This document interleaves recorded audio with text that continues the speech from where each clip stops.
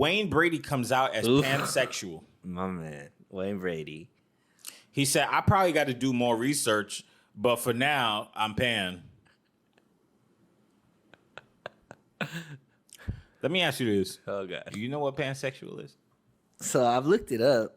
Oh, that's weird. I think it's attracted to, not conform to being attracted to any specific gender or, yeah. So there you could be attracted to men, women, trans, non-binary, fluid, all that kind of stuff. So everything, you're attracted to everything. Yeah, that's it. How old is Wayne Brady? Too old to be coming out as pansexual. And that's my take. It's like, yo, Wayne Brady, who gives a fuck about what you doing and who you fucking? We all knew you wasn't just fucking women. Just know that. You knew that? We know. The minute he jumped up on the women, the minute he jumped on the first episode of Whose Line Is It Anyway, everybody knew he wasn't just fucking women. I did not know that. You can't be singing show tunes that good. Nah. Because Hugh Jackman could tap dance and sing and do everything, and he was great. Allegedly. He still got some years before he gets to Wayne Brady age. Hugh Jackman? I don't know. I'm just saying. Hugh Jackman, I'm just saying, like, all these people that be coming out telling us, I mean, I guess I understand why. Like, supposedly it's like giving representation and getting people to feel confident that, oh, if Wayne Brady is that way, then, you know. Then but maybe I'm pan too. Or, you know, I could come out as pan, but. Right. Look, man, shout out Wayne Brady. No. Wayne Brady, keep singing your songs. Keep being funny. Keep entertaining. Ain't nobody give a fuck about who you fucking. Yikes. Let me get my thoughts together. Let's keep it going. No, wait, hold on. I worked with somebody who was pan a long time ago. Okay. And I didn't understand what it meant. But I feel like it just means like you kind of freaky a little bit. Because it's like you can't even make up, like you can't even confine who you like. Yeah, you just like everybody. I like everybody. Now, I think it really actually means you can connect with anybody more than like physical. Okay. It's like, oh, I could connect with their heart because they're cool. But at Wayne Brady's age, I just feel like, yeah, it's okay if that's what you was trying to do. Like you want to be a poster boy for pan people.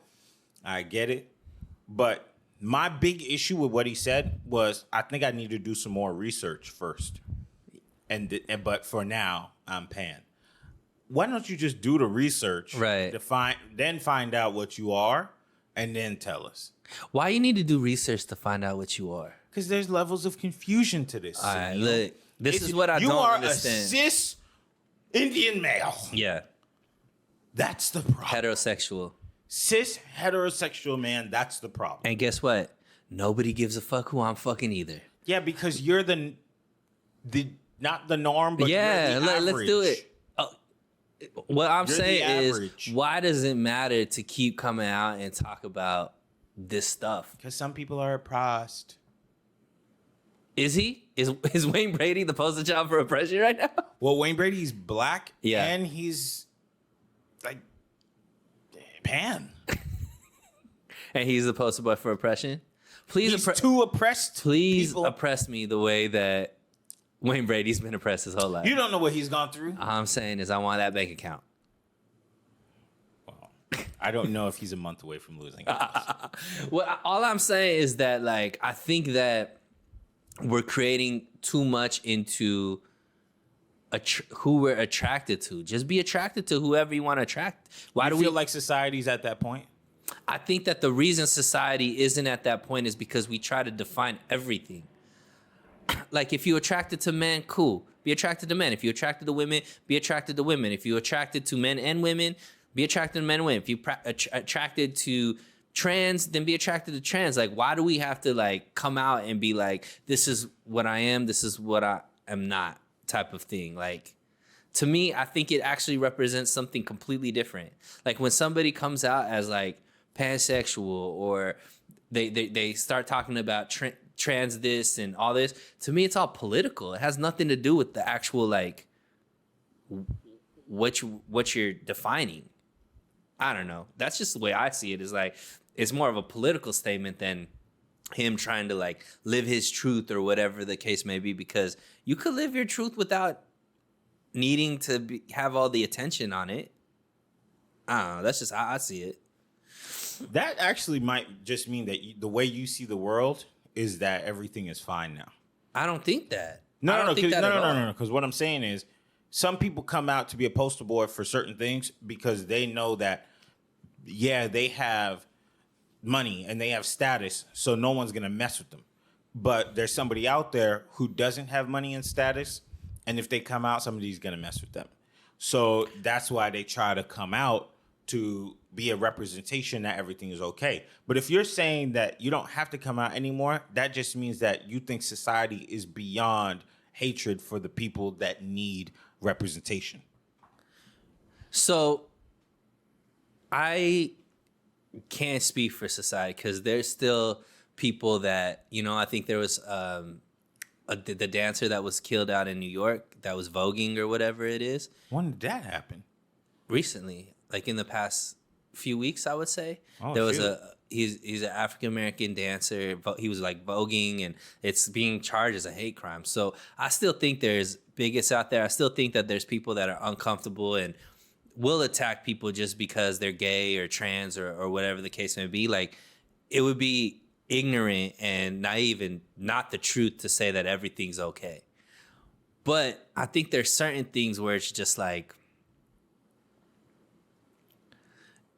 we're just creating stuff now. Jeez. What's the difference between bisexual and pan? Well, bisexual likes men and women. Pansexual likes men, women, non-binary, trans people. So just everything else that was created.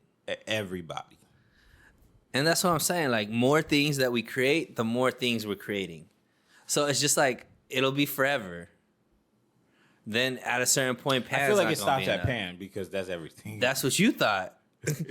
I thought it started at cis and zer and all that kind of stuff, but they added more letters to that all the time. Well, that's a totally different Is thing. it? Yes.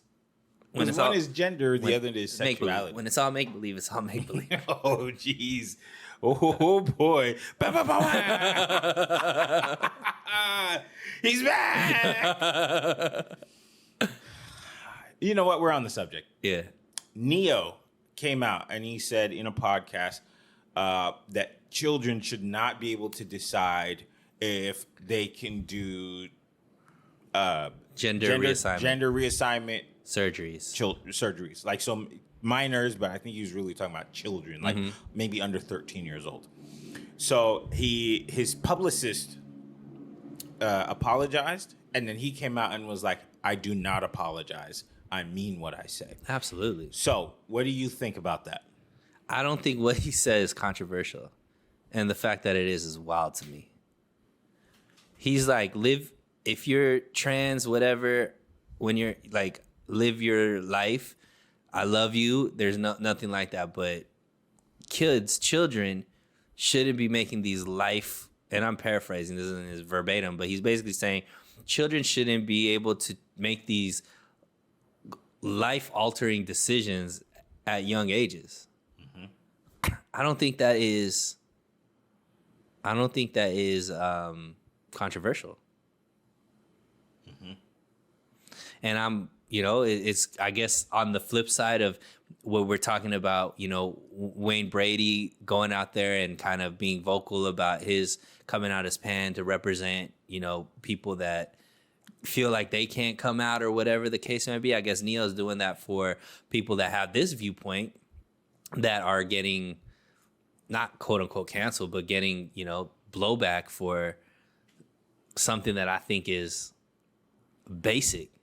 Like, we've already set the precedent that children shouldn't be able to make certain decisions. That's why we have age restrictions on when they could buy cigarettes, or age restrictions on when you could go to a bar and drink alcohol. I mean, I was at Dave and Buster's yesterday, and after a certain time period, you got to be 21 and older to get into that.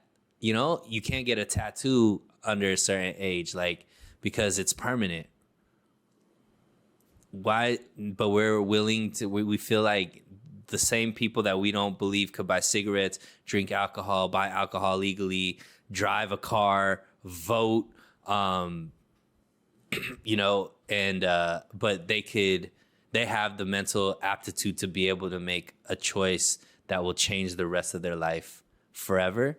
To me, I just don't understand that at all. It does. There's nobody I haven't heard an argument that makes sense, that I don't look at that person and be like, you're a crazy person. Not the C word. Yeah.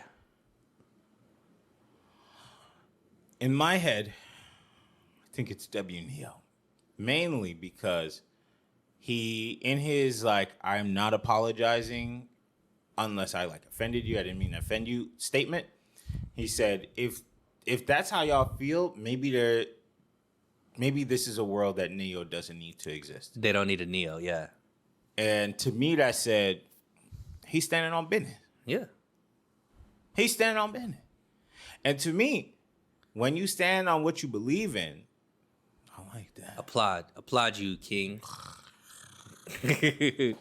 I agree, and I want to make it clear. Look, when you're an adult and you feel these things, you talk to your medical advisors, you talk to your doctors, and if everybody is on the same page, go ahead and do whatever you need to do. But I don't think I agree with Neil, man.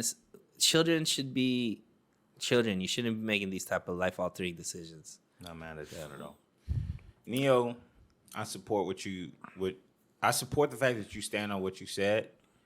And I do believe that in society today, this is how I feel. Speak on it. We ain't holding back now. I feel like I've been saying this for a while. The first thing they're going to do is, not they, but like the first thing society currently, especially in this current political sphere that we're in, climate that we're in, they're going to come after your bank account first to make sure that you are dependent on the state. So it's always somebody else's fault. Right. I'm in this position because it's somebody else's fault. I have a car loan because it's somebody else's fault. I cannot eat. Oh, shoot. Bobby Porter, man, you shouldn't have said anything, man. You should have just went broke in peace and quietly. Goodness gracious.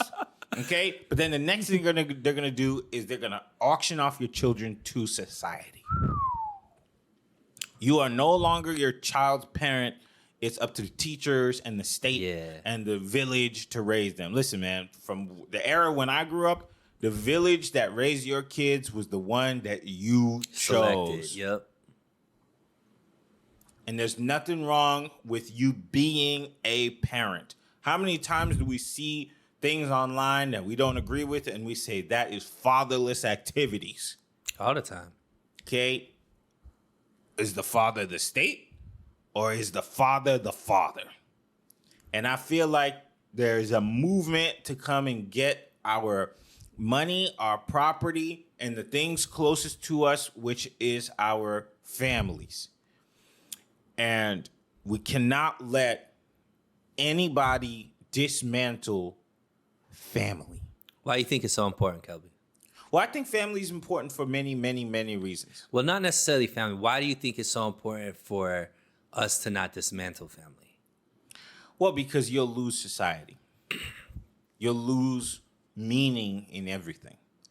The reason why there are people who can create bonds with people who they're not related to, but eventually call them family, is because they can do things for those people that they wouldn't do for anybody else. They can build things with people that they can't build with a stranger. Mm-hmm. They can share their hearts. They can share their minds, their opinions, meals, intimate moments in their lives because it's family. And ultimately, a family is something that supersedes what we're going through right now. It's important for them them, the government, the social status, the social climate, whoever it is that's trying to dismantle what we find most precious is because we find it most precious. And anything that belongs to you, the enemy wants to take it away.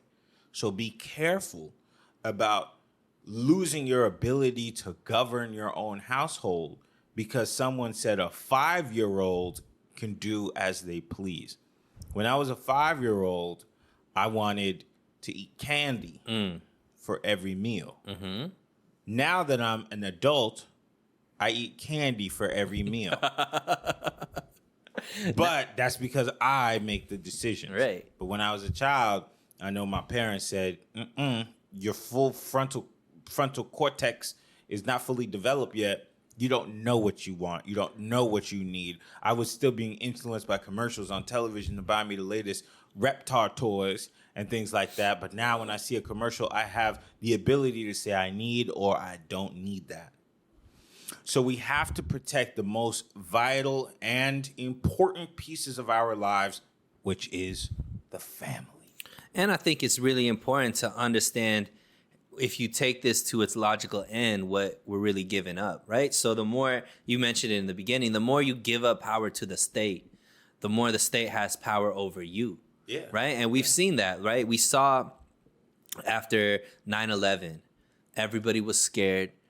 There was this common enemy, which were quote unquote terrorists, right? They got everybody on the same page, whether you were R, whether you were D, whether you were whatever ethnicity. I. Yeah, whatever ethnicity, whatever religion, whatever it was, you were like, yeah, go whatever you need to do. And the government was like, well, we gonna do this thing called the Patriot Act.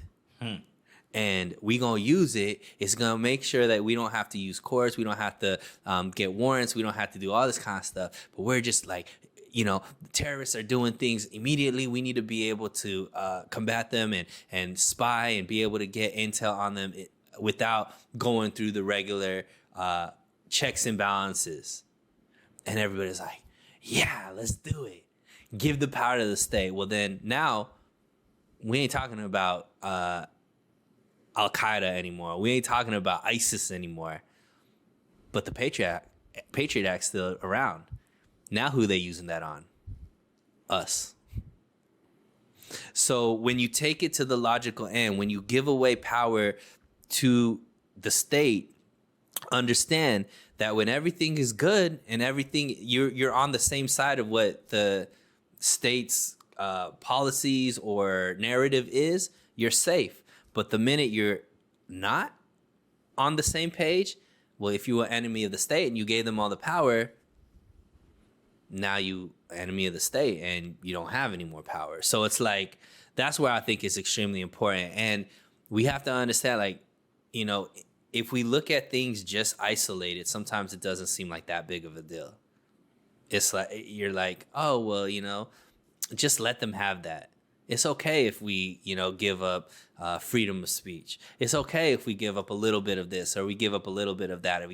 But those little bits turn into a lot of big bits when you look at the whole picture, right? Instead of just isolated puzzle pieces. So I'm with you. I'm off my soapbox. On the same subject, and we'll breeze through this, Jamie Foxx used the word they when he said they did the same thing to Jesus. Just think what they'll do to you.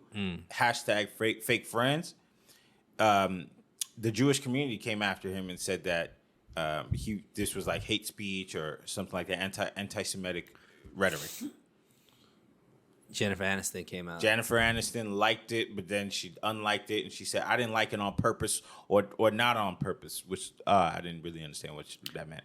But maybe Instagram had a glitch. Yeah, like X. Yeah, maybe she was trying to like scroll in. Sometimes you know how you be double tapping by accident. No. Like when you try to make a picture bigger. Oh yeah. And then sometimes you like double tap. Maybe that's what she did. No, you don't think so? No, okay. I think she said, "Oh, I like that." Yeah. and then her publicist got involved. It was jumped in, but she ain't like Neo. Yeah, she was on a boat in Versailles, and she said, "Oh my gosh, they are giving me hate." Yeah. And her publicist don't even worry about it. I got this. We'll use the AI version of you. Yeah, hit that ChatGPT. What if I like Jamie Foxx's status on purpose or by accident? It gave us some BS response, and they posted that. So, what do you think about that? Is that anti-Semitic rhetoric? Look, I am not educated enough about this topic to really give, I think, an educated response. But an uneducated response would be... He's back. My uneducated response is, when I first read that, the original quote, nothing pointed to anti-Semitism to me. When they use the word they, I thought it was a reference to just like people, society in general, right? Like haters went out there and killed Jesus. So what do you think they do to you? I think they're saying that because the Jews killed Jesus. Like in the Bible, in the real story. right? So, right. But I don't think that, like, I think that when Jamie Foxx was saying it, it was when I'm looking at the total picture of what's going on. Jamie Foxx, the news, it was like he's dead, he's alive, he's in a coma, all this kind of stuff. So I'm looking at it like he's talking about just in general people, the media, the blogs, all this kind of stuff. They killed Jesus, so what? Of course they're gonna crucify you or create whatever narrative around. That's what I took it as. It had nothing to me to do with the specific ethnicity, religion, race, or anything like that. Just like haters in general. I think he was just quoting that. That's what I took. But I think a lot of things become anti-Semitic without me really understanding it because I don't be really knowing the Bible that well or knowing the Jewish faith that well either. I've heard many renditions of they killed Jesus, what you think they're going to do to you? Mm-hmm. And when I've heard it just in my life, people are like, just because they like you or they say they like you, don't mean that someone's not going to stab you in the back. Right. In fact, my mom kind of said something to me just like that this morning. I was telling her about something, and I was like, I don't know if I should be worried about this or not. And she goes, you should be worried. Yeah. I was like, but they say they like me. And she was like, yeah, just because they say they like you doesn't mean they're not going to stab you in the back. Yeah, you saw what they did to Jesus. You said what they did to Jesus. That's what she said. Yeah, pretty much, So I don't know about my mom's status as... anti-Semite. Mama Joseph. I don't think that's not her last name, but Jocelyn. Oh, okay. Actually, it's neither one. But I don't think she is, and I don't perceive Jamie Foxx to be one. I think he was just saying some old black stuff, and it just got picked up the wrong way. And then now you got Jennifer Aniston in there. She's probably smoking a cigarette somewhere, and boom, now everybody's in trouble. Listen, man, Jamie Foxx been out of the hospital 15 minutes. Leave him alone. Right. For him to already be in a scandal, he was just expressing himself, which is another thing. I think sometimes we got to stop expressing our innermost thoughts on the internet. Wayne Brady. What we got next? As we talking about expressions and sexuality. Yeah. will.i.am. My man. will.i.am did a podcast called something with the CEO. I don't know. And it was with some British dude. It's a podcast a lot of girls write on their Hinge profile. Oh, okay. Yeah. Maybe I should watch more. But it was an hour and 20-minute long interview. And I think a lot of parts were actually taken out and, he had some good content, I think. But I think that one of the things that stood out was I think he was asked about relationships and things like that. You know better than me, so maybe you should be explaining this. So will.i.am came out and he said that he is proud of being ultra feminine. Because he wasn't raised with his father. He was raised with his mother. And so he didn't quite say the word mannerisms, but he's essentially meaning he has the mannerisms of a woman. Mm-hmm. And when he was talking in the podcast, he had his wrists were kind of like, like... His S's had an extra little bit of sass to them. Some, little something. Yeah. So that sparked a conversation with a lot of people saying, like, what is ultra feminine? Some people are saying, does that mean you're gay? And then the podcast, will.i.am said he's not gay. He's attracted never to been women. attracted to men. He's Never been attracted to men. So we're going to believe him. Yes. And then other people were saying, well, ultra feminine doesn't mean that you have just the mannerisms of a woman. And then there's one more side that says, yeah, it does. If you have the wrist and the way you're talking, the like little, I guess you can call it like an accent or like, you know, I don't know, whatever. People were confused by that. Now, to me, I wasn't confused. What I heard him say was, look, I might swish my hips a little bit. I might cross my legs a certain way when I sit down. I might have the wrists. I might talk a little bit like da-da-da. But that's because I was influenced by my mother. That's what I heard. Yeah. And to me, that's not confusing at all. He's not the first person to say it either in the hip-hop world.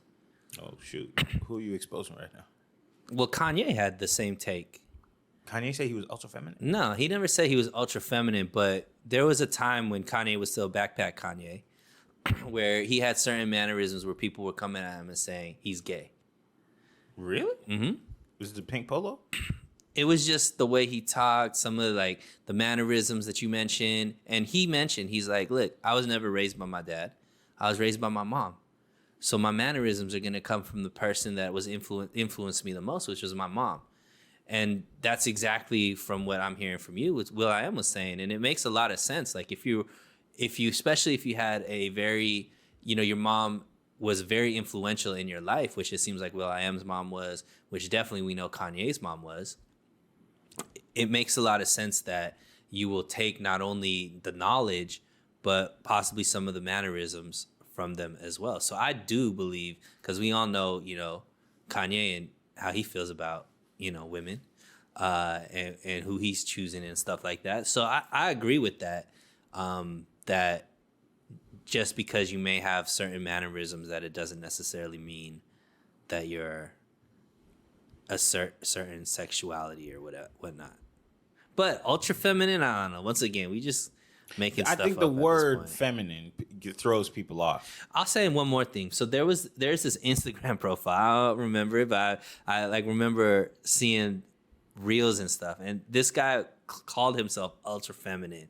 So like if you looked at him, the way he talked, the way he dressed and things like that, you would think that he's a gay guy. However, he was straight.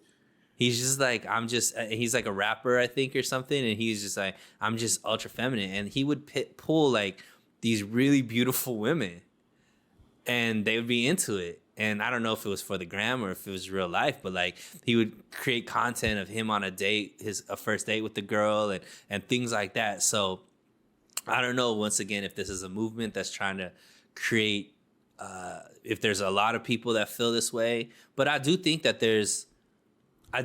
like there is some positivity. There is some positivity in men being more in touch with that feminine energy. And what I mean by that is like being able to be vulnerable, being able to maybe be a little bit more nurturing or handle emotions better than what pure like the masculine energy of those types of things are. I think there should be a balance, but I think in any, if it's too extreme, like if there's not a balance, there's always going to be problems. Honestly, I thought he was just saying he's metro. I don't know if people still use that term anymore. That used to be a big term. Yeah, but like you just like a pretty boy. Yeah, and there was no like negative connotation to that. It was actually just like you just pretty. Yeah, like Ryan Seacrest. Yep. So, I don't know, dude. I think when people see a man who's not manly or leans towards something you would consider feminine or girly, they're like, yo, he's gay. Yeah. And it be those gay guys that will pull your girl. With a quickness. I remember back in college, there was this guy. Man, if I showed you him today, you wouldn't even believe this story. But he had an energy about him that you just know, like, he'll pull your girl and you. And there was nothing I could do to like. You was about to say your girl and your boy. And you, whatever. All of them. He's pan. He was like, he was the original he pansexual. was like, everybody was enamored by him. Yeah. But I remember this because I really liked this one girl. Like I thought she was the baddest thing at the time. And she straight up told me, like, I'm more interested in that dude. I was like, him from Powerpuff Girls? Oh, you try to throw him out. He thought I throw him under the bus. Like, I'm talking about like heels and like straight up, like Prince style type. Wow. And Prince she be was, pulling. yeah. So I was like, man, maybe I should. Yo, where's my mom's makeup at? I can't be losing it. Like, for real, dang, bro. Where the scissors? How'd cut out the butt cheeks in my pants? I was like, this is unfair. I'm over here like letting my chest hair grow. This guy's over here just singing. Yeah. Hey girl. Then I'm losing to that guy. Yeah. I was confused. Confuzzled. Look, people be interested in whoever you interested in. Love to love. As long as you're not hurting anybody, do your thing. Man, shout out Will I Am.